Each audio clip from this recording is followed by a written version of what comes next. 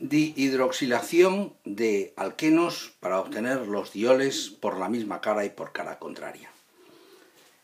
Este modelo molecular que estáis viendo en la pantalla corresponde a una molécula de butano. Como podéis ver, hay 4 átomos de carbono, butano, que en las posiciones 2 y 3 tienen grupos hidroxilos, 2,3-diol. Vamos a analizar cómo se pueden obtener estos compuestos desde las moléculas de doble enlace, desde las moléculas de alqueno.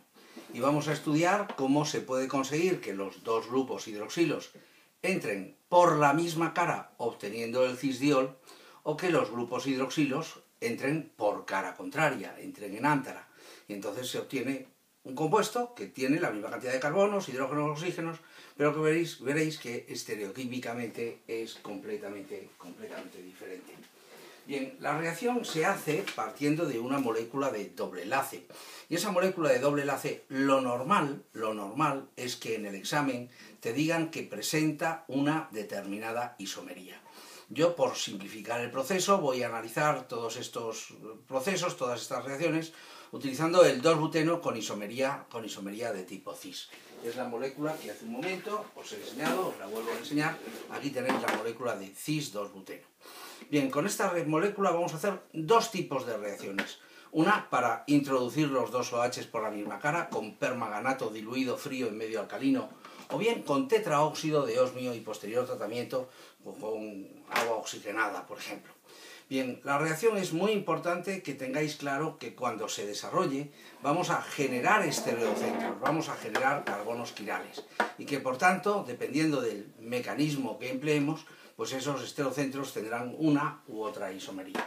Bueno, pues vamos allá con el asunto. Tenemos la molécula de cis-2-buteno, como hemos convenido, que me vais a permitir que la pinte de canto. La voy a pintar de esta manera para ver cómo los carbonos, cuando cambian de hibridación, se transforman de carbonos sp2 a carbonos sp3, cómo esos carbonos, al alterarse, pues vamos a ver cómo se desarrolla la estereoquímica del proceso.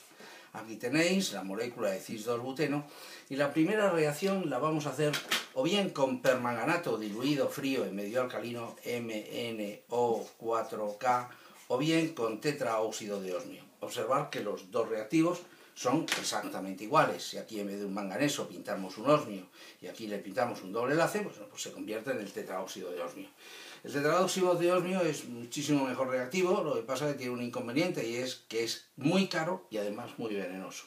El mecanismo de la reacción es concertado, se van a mover todos los electrones sincrónicamente, aquí se va a formar un enlace, aquí se va a formar otro enlace y con este par de electrones vamos a desarrollar un orbital lleno. Digamos que a medida que estos electrones van formando este enlace, van deshaciéndose los antiguos enlaces para formar los nuevos y para rellenar el orbital. Cuando ha desaparecido este enlace y este enlace, a cambio se han formado este y se ha llenado el orbital en el osmio. Bien, también se ha producido el cambio de hibridación. Lo que pasa es que no lo podemos hacer mientras hacemos los movimientos electrónicos. Estos carbonos han pasado de ser carbonos planos a carbonos tetraédricos. Por tanto, los volvemos a redibujar, pues pintándolos como carbonos tetraédricos, y nos quedaría, la figura nos quedaría de esta manera. Ahora se hace aquí una hidrólisis, y al hacer una hidrólisis, pues conseguimos la molécula de diol. Esto lo vamos a borrar porque es una molécula inorgánica. Fijaros, si analizamos la isomería, A es el grupo hidroxilo, B es toda esta cadena carbonada, C es el metilo, el sentido de giro está en contra de las agujas del reloj, por tanto este carbono presenta configuración de tipo S.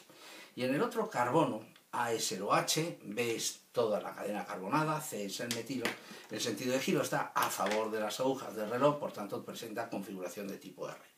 Esta molécula tiene dos estereocentros, uno es S, el otro es R, y además los sustituyentes son iguales, un OH, un metilo, un hidrógeno, por tanto la molécula es lo que se llama una forma meso, tiene estereocentros, pero no desvía el plano de la luz polarizada.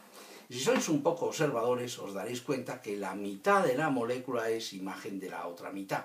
Por tanto, forma meso. Ojo, es forma meso porque aquí hay dos metilos. Si en vez de ser el 2-buteno una molécula simétrica, hubiéramos cogido una molécula que no fuera simétrica, pues entonces se me hubiera formado el SR mezclado con el RS, lo que se llama la mezcla de enantiómeros. Pero esto es una forma meso como he querido contaros. La otra gran reacción para desarrollar la formación de dobles enlaces de dioles es la rotura de un epóxido. Por tanto, primero la molécula de alqueno la tendríamos que transformar en una molécula de epóxido, y eso se hace con la ayuda de un reactivo que se llama un perácido, un peroxiácido. En concreto os estoy pintando el metacloroperbenzoico. Bien, diréis, pero me lo tengo que aprender, qué horror. Un momento, vamos a ir por partes. Mira, vamos a borrar esto, vamos a pintar esto, y yo os diría, esto que tenéis ahora es el benzoico, el ácido benzoico, eso lo sabéis todos perfectamente. Si en meta le pinto un cloro, pues nada, se nos ha transformado en el ácido metaclorobenzoico. Y si le añadimos un oxígeno de más, es decir, creamos una función peróxido es un ácido con una función peróxido, y es lo que se llamaría un peroxiácido. El peroxiácido metacloroperoxibenzoico, abreviadamente el MCPBA. El MCPBA, o el ácido metacloroperbenzoico, es un reactivo oxidante que, mediante un mecanismo que en algún otro tutorial lo analizaremos más detenidamente, se mueven todos los electrones de esta manera. Este par de electrones me sirve para formar este enlace, este par de electrones me sirve para formar este par de electrones me sirve para formar este, y este me sirve para concretar el puente de hidrógeno que había antes de empezar. Borramos las flechas de los movimientos y nos damos cuenta que acabamos de obtener una molécula de epóxido. El alqueno se ha oxidado, ha formado el epóxido. El metacloroperbenzoico se ha reducido, se ha transformado en el ácido metaclorobenzoico. Uno se oxida porque otro se ha reducido. Bien, por supuesto, aquí se ha producido un cambio de hibridación en estos carbonos. Habrá que rehacer el dibujo, habrá que pintar los carbonos como carbonos tetraédricos, puesto que han sufrido esa alteración en su hibridación. Aquí tenéis un hidrógeno, aquí un metilo, y bueno, ya tenemos la molécula de epóxido. Las estructuras de epóxido, como sabéis, son estructuras tremendamente inestables, tienen una gran tensión en un ciclo triangular, es una estructura muy inestable, y sufren procesos de rotura. Con agua, con alcoholes, con amoníaco. Son estructuras aceptoras, por tanto, con todo lo que sea reactivos de tipo nucleófilo desarrollan una reacción. Pero aquí nos interesa hacer la reacción, por ejemplo, de una hidrólisis. Vamos a romper el epóxido por una hidrólisis y eso nos va a llevar a la formación del diol, pero ojo, aquí se va a formar en trans. Vamos a ponerle un medio ácido, se puede hacer en medio ácido, en medio alcalino, pero entiendo que este no es el momento de discutir ese matiz. Voy a emplear un medio ácido, pues porque sí. Vamos a ponerle un medio ácido y vamos a recordar cómo podría ser un mecanismo razonable para explicar la rotura. Con este par de electrones formamos un enlace con el oxígeno y desarrollamos lo que sería un compuesto de oxonio. El compuesto de oxonio es, aquí tenéis que ver que esto es muy inestable, va a romperse, creando un carbono deficitario donde vamos a atacar con la molécula de agua. Por tanto, vamos abriendo el epóxido y vamos atacando con este agrupamiento hidroxilo, con esta molécula de agua, y vamos a formar un oxonio y vamos a liberar el protón para regenerar el medio.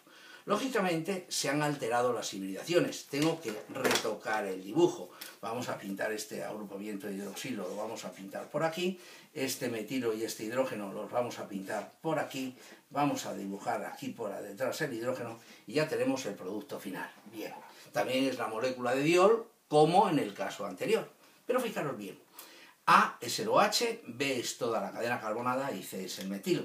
El sentido de giro está en contra de las agujas del reloj. Vamos a pintarlo con un puntito de color verde, S. En el otro carbono, A es el OH, B es toda la cadena carbonada y C es el metilo. Por tanto, también está en contra de las agujas del reloj y por tanto también tiene configuración de tipo S. Bien, yo el epóxido lo he roto por un lado, pero podría haberlo roto por el lado contrario. Y entonces, en vez de formarse el SS, se me hubiera formado el RR. O de otra manera, yo el epóxido lo formé sobre la molécula de alqueno, sugiriendo que el oxígeno entraba por la cara de abajo. Bien, pero podía haber entrado por la cara de arriba. Por tanto, lo que quiero que veáis es que existen dos posibilidades, o de formar el epóxido o de romper el epóxido. Y que eso hace que la mitad de las moléculas aparezcan con isomería SS y la otra mitad aparezcan con isomería RR. Esto creo que todo el mundo sabrá que constituye lo que se llaman los enantiómeros.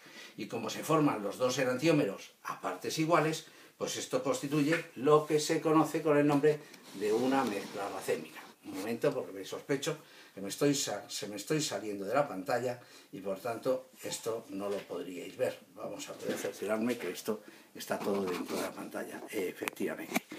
A es el OH, B es toda la cadena, C es el CH3, el sentido de giro está a favor de las agujas del reloj.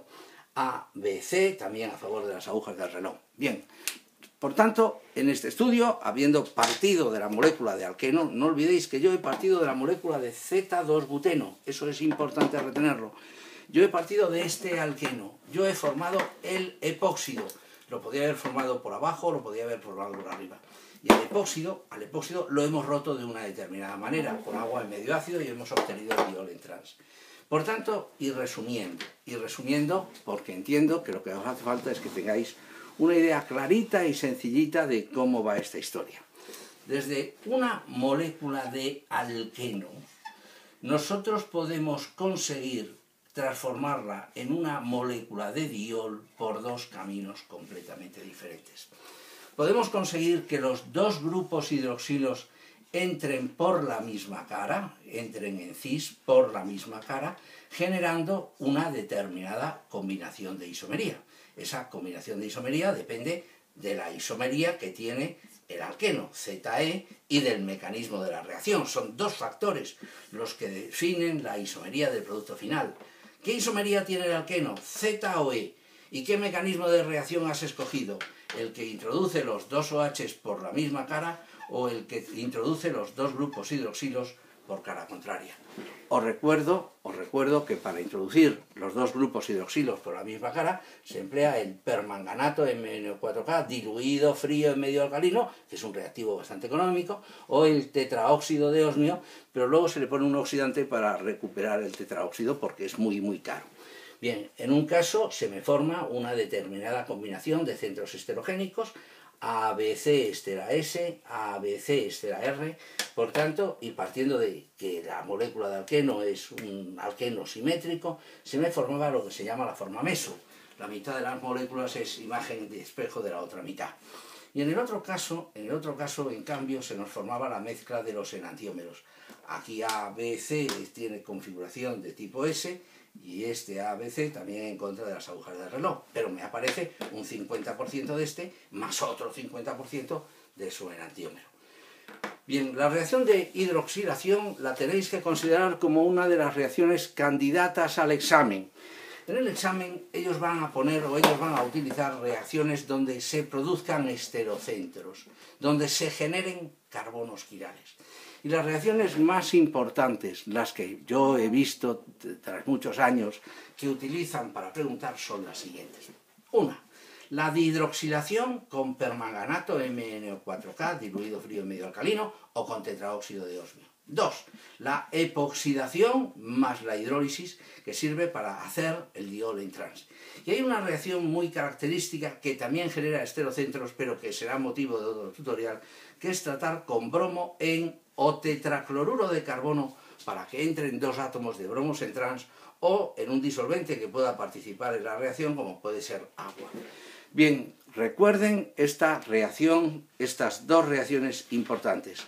Desde las moléculas de alqueno se obtienen moléculas de diol, y esos dioles puede ser que generen unos esterocentros u otros, dependiendo de qué isomería tiene el alqueno. Recuerden que el alqueno puede ser Z o puede ser E, y después de qué método de reacción han elegido para obtener el diol. Ya saben que podemos elegir que los dos OHs entren por la misma cara, o podríamos haber elegido que los dos OHs entren por la cara contraria. No se confundan, si yo esto lo giro, no se convierte en la otra reacción. Esto es un movimiento conformacional, sigue siendo la misma molécula. Por tanto, ojo, se puede hacer en cis o se puede hacer en trans.